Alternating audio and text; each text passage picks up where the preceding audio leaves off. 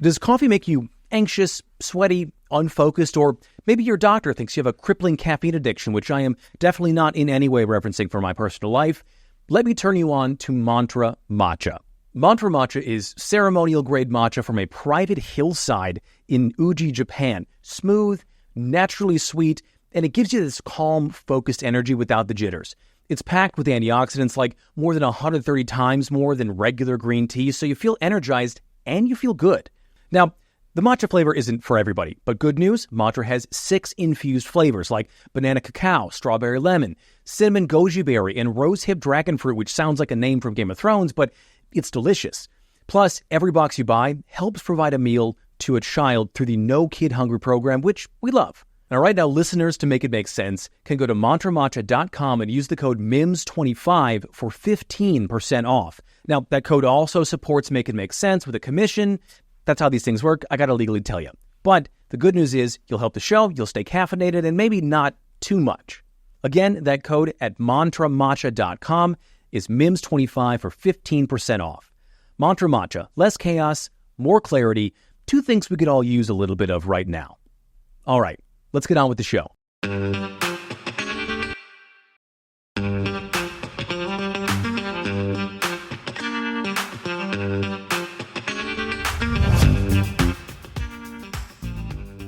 It's Tuesday, February 10th, 2026. Welcome to Make It Make Sense. I'm Grant Herms.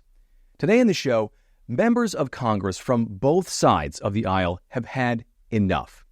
They were able to view what were supposed to be unredacted Epstein files, though many of them still had black bars all over them, but what they were able to see has shocked many members of Congress. Now that comes as Commerce Secretary Howard Lutnick testified before Congress today and got caught lying about his relationship with Jeffrey Epstein, and Ghislaine Maxwell has asked Trump for a pardon in exchange for testimony in a closed-door deposition with members of the House. It has been a lot to take in just the first 2 days of the week, and that's before we get to Attorney General Pam Bondi, who is set to have a hearing of her own tomorrow to get grilled about how the release of these files has been both illegal and badly done when it comes to protecting victims. Now, we will talk about all of that, but first, make sure you're following or subscribe to the show wherever you get your podcasts. Subscribe to the Make It Make Sense Substack, where you can get this week's Things You Forgot from Civics class newsletter. It's all about what the job of the vice president actually is, why it's considered the worst job in politics, and why that might have been steadily changing over the past few decades. And as always, be sure to follow the show on social media. It's Mims News Pod, all one word on every platform. I am at Grant Herms on Twitter and Blue Sky, and at Grant_Herms on everything else. All right, let's get on with the show. Yesterday, members of Congress were allowed to view the more than 3 million pages of the Epstein files, 4 at a time, on 4 different computers that were all in a outside, supposedly secure office set up by the DOJ. Now, for starters, Maryland Democratic Representative Jamie Raskin pointed out a problem with this. His rough estimate is that if just the members of Congress who signed the petition to release the Epstein files last year, so 217 members, worked 40 hours a week only reviewing the files, it would take 7 years for them to get through all of them. A review like this, what he means here, was supposed to have been done already by the DOJ, where they can get just the information they need to move forward. But the DOJ lied last summer and said it had done an exhaustive review when it clearly had not, and now it's leaving that up to members of Congress. And what members were given access to are still not the complete files, because we know the DOJ has said the 3 million that they are releasing is only about half. The rest aren't being released, which is in direct violation of the law that was signed by the president. Now, on top of that, the files that these members of Congress were given access to weren't even the actual unredacted files, at least not all of them. And the redactions that were made weren't made according to a number of members of Congress to protect victims. Here's Raskin again. Now, I do want to say, too, you're going to hear a lot from members of Congress in this episode because I want you to hear it right from their mouths about how upset they are about all of this. The names of the victims were not redacted, relating to more than 100 women in the case. So that is baffling and staggering that would happen. But then there are thousands and thousands of pages replete with redactions. There are entire pages and memos where you can't see anything. It's all blacked out, and there are no names of victims in there. Raskin posted that video online and then said, "This is what a cover-up looks like." On top of that, one of the authors of the bill to release the files, Republican Thomas Massie, said he found redactions in what were supposed to be the unredacted files that were names of co-conspirators, specifically pointing out Lex Wexner, the former CEO of Victoria's Secret, who was one of Epstein's mentors and benefactors. Massie talked about it on CNN. And I want to ask if this is the same person. Todd Blanche also said about that tonight that the document you're citing there has victim names in it. Correct. Seeming to say that's why there are redactions. He said, "We have just unredacted Les Wexner's name from this document, but his name already appears in the file thousands of other times." And he says the Justice Department is hiding nothing. Is that the retired CEO that you're referencing? It is. He unredacted it after I found it. That's a problem. And I'm glad they've admitted they made a mistake by redacting that. So what you just heard Caitlin Collins on CNN read out there was what Todd Blanche, the Deputy Attorney General, said. And Blanche is just willfully missing the point of what Massie is talking about. It's not about how many other times Wexner, or anyone else for that matter, are in the documents. It's that the law specifically says names of co-conspirators aren't allowed to be redacted legally. Only the names and identities of victims are supposed to be hidden for their protection. And even then, members of Congress said they continued to find images of victims in these files while there were redactions in other places that didn't make any sense. And because of that, more and more members of Congress are beginning to change their minds or are having a much harder time defending the president and members of his administration who are named in the files. Now, Trump alone is in these files almost 40,000 times, just in the half that we know about. And not just in offhand mentions, although those are there too, but many times he's brought up in allegations that he was directly involved in or had knowledge of what Epstein and his accomplice Ghislaine Maxwell were doing. Now, last week, I read through a few of those things that clearly seemed to implicate Trump, things he still has not answered any questions about. But among the latest revelations are that in 2006, Donald Trump called the then police chief of Palm Beach, Florida, to say everyone in New York and Palm Beach knew about Epstein and Maxwell. Trump said, "Thank goodness you're stopping him. Everyone has known he's been doing this," which is what the chief said he was told by Trump in 2006, just as the Epstein case was going public. And then Trump apparently said about Maxwell, she is evil and to focus on her, which is a weird thing to say to a police chief, because what he's saying is, I knew about these crimes. I haven't come forward until the case went public, and it would look bad for me to not come forward. But you know who really is the bad guy here?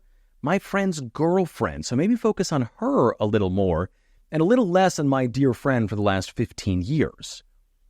It also makes it even more odd when after Epstein's death in 2019 that Trump said he didn't know anything about Epstein or his crimes, saying, "I had no idea." So either he was lying in 2006 or lying in 2019.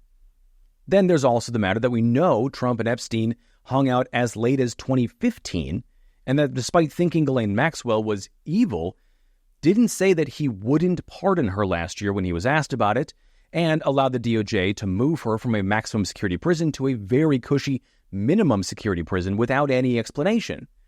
And actually that gets us to Maxwell this week, because on Monday, videos of Maxwell's closed-door deposition with members of the House Oversight Committee were released, and in it, she repeatedly took the fifth when asked about knowledge of Epstein's crimes, her involvement in those crimes for which she's serving a 20-year sentence, and then she was specifically asked about whether she knew if Donald Trump had actively participated in any of those crimes, and she pled the fifth on all of it.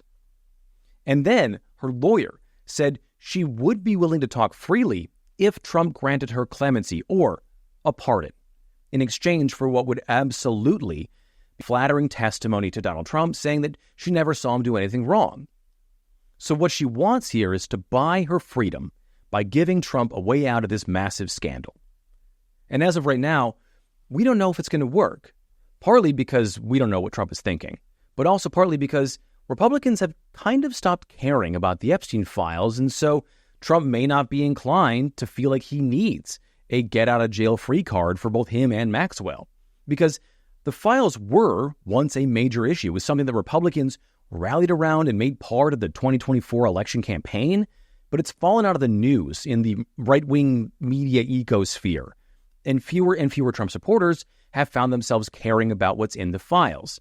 Now, that doesn't mean that there aren't things that could change that, because like I said, there are things that have made some members change their minds recently or have pushed them to speak out more forcefully, particularly the fact that the unredacted files showed victims were as young as 9 years old. And that was a red line for at least one Republican senator, Cynthia Loomis, from Wyoming, and all this talk of a pardon really set off Republican Representative from Colorado, Lauren Boebert, who is a sexual assault survivor herself. Well, initially, my reaction to all this was, I don't care. I don't know what the big deal is. But now, I see what the big deal is, and it was worth investigating. And I think that there's folks who are definitely implicated and co-conspirators. And, I don't think everyone there that was talking about underage girls being trafficked are victims. Got it. And do you support any clemency for Ghislaine Maxwell? She was saying that I do not. Okay. I think Ghislaine Maxwell should get more time, and she should definitely be in a harsher prison than what she's in. It's absolutely disgusting. And Vermont Democrat Representative Becca Balint put it this way. Just wanted to ask you, have you had a chance to review any of the unredacted files over at the DOJ, the Epstein files? I did. You did? Yeah, I just came from there. What can you tell us? There's a bunch of sick fucks. That is about as direct as you can get. Now, not everything Epstein-related in the last 2 days happened behind closed doors or in the pages of documents.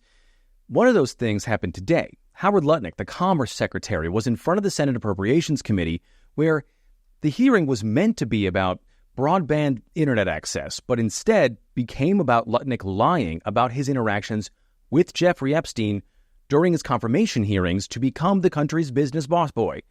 And at first, Lutnick said emphatically that he only met Epstein a single time, and that was when they just lived in the same neighborhood in New York, and at that time he was disgusted by Epstein and never saw him again. Except that wasn't true. Lutnick would meet with Epstein at least 2 more times over the span of 15 years and email him multiple times over that same time span, which admittedly isn't a lot, but at least one of those meetings was after Epstein was a convicted child sex offender, where Lutnick met with Epstein on his island and brought his wife and children and their nannies.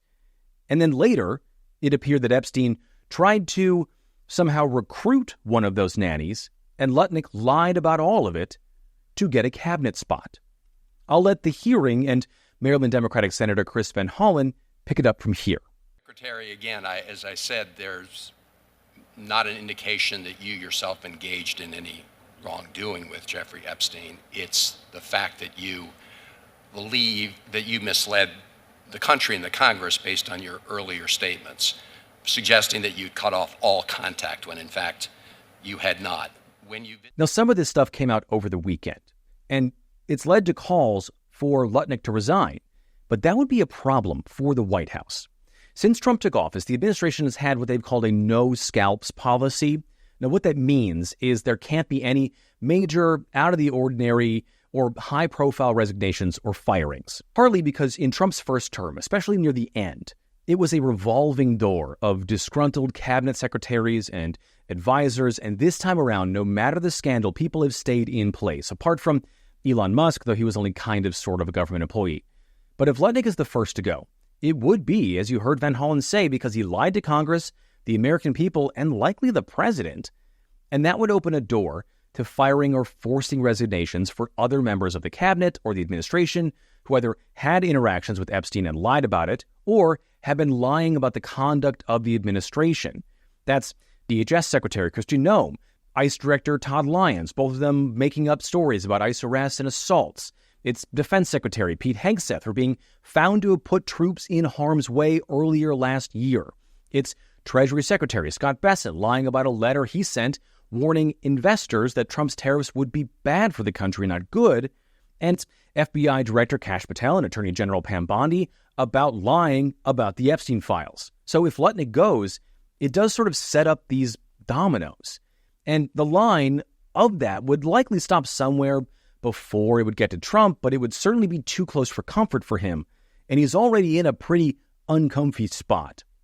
But even if nothing like that happens and everyone gets to keep their scalp, it's clear that the heat over the Epstein files is being turned up and fast. And the last thing I'm going to play here is Democratic Representative from New Mexico, Melanie Stansbury, who looked at the unredacted files and said this. There are now at least 9 or 10 other countries across the world that have opened investigations or forced their leaders to step down because of their mere association with Jeffrey Epstein. And the United States government is engaged in an active cover-up of the largest sex trafficking scandal and influence peddling scandal in the history of the United States, and Donald Trump is right at the center of it. That is a sitting member of the United States government is protecting people who abused women and children, but that the president is at the middle of it, and it's an American moral failing on display for the rest of the world to see. And while that isn't going to matter to Trump, the person, it will matter to members of the Senate and Congress and their voters, all of whom who have the power to close in on the people responsible for all of this and demand accountability. All right, that is it for today's episode. Please rate and review the show wherever you get your podcasts. Subscribe to the Make It Make Sense Substack for just $5 a month for paid subscribers.